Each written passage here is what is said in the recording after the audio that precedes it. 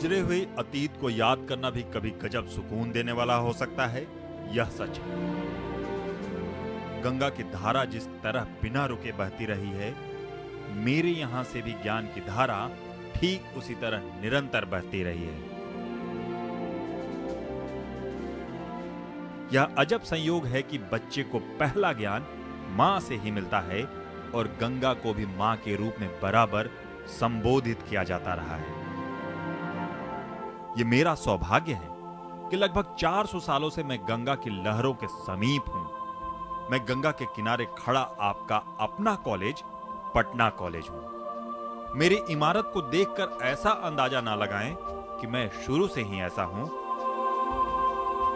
मुझे बनाया तो डचों ने था अपने बिजनेस के वास्ते। अफीम का बिजनेस था उनका और मैं बना था अफीम का फैक्ट्री। हजारों क्विंटल अफीम मेरे आंगन में रखे जाते, उन्हें प्रोसेस किया जाता, सैकड़ों लोगों को बलात् काम पर लगाया जाता। यह सब डच ईस्ट इंडिया कंपनी के जरिए किया जाता था। अफीम के फैक्ट्री के रूप में रहते हुए मुझे घुटन होती, लेकिन मेरी बेबसी समझता कौन। डच ईस्ट इंडिया कंपनी के अफीम के एजेंट मिस्टर विल्टन ने मौजूदा कुलपति के आवास को ही अस्थायी ठिकाना बना रखा था। लेकिन मेरी नियति में कुछ और ही लिखा था। मेरे विशाल आकार और मेरे बेहतरीन स्थापत्य को देखकर हर किसी का मन मचल उठता था।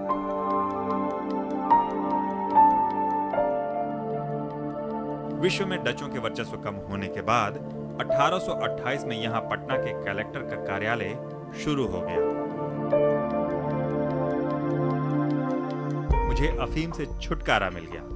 फिर 2 फरवरी 1835 को मेरी किस्मत पूरी तरह से तब पलटी जब एक अंग्रेज अधिकारी थॉमस वेलिंगटन मैकुले ने भारत में अंग्रेजी शिक्षा के प्रसार के लिए स्कूल खोलने का प्रस्ताव किया। जुलाई 1835 में पटना के पहले हाई स्कूल की शुरुआत मेरी ही इमारत में हुई। मेरी बाँछें खिल उठी। समय बदला। 1862 में स्कूल ने पटना कॉलेजिएट स्कूल का रूप ले लिया। वक्त के साथ मैं हर सीढ़ियों पर चढ़ता गया।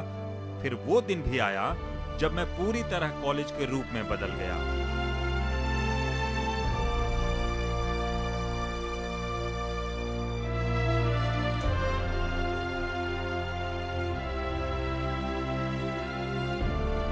नौ जनवरी 1863 का वो दिन आज भी मुझे याद है जब मेरा नामकरण पटना कॉलेज के रूप में हुआ।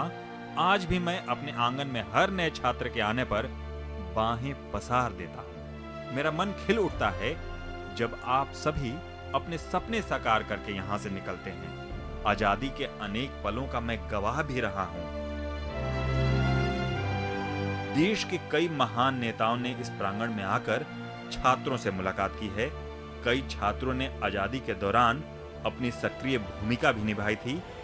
मेरे प्रांगण में साइमन कमीशन गो बैक का नारा गूंजा। इस नारे को मेरे दीवारों से टकराते रहना ये मुझे बेहतर रूप से याद है।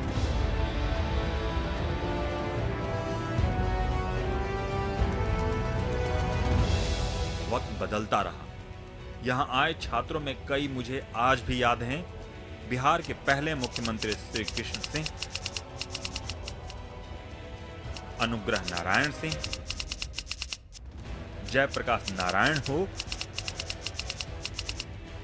या राष्ट्र कवि के रूप में विख्यात रामधारी से दिनकर की रचनाओं का भी मैं मूक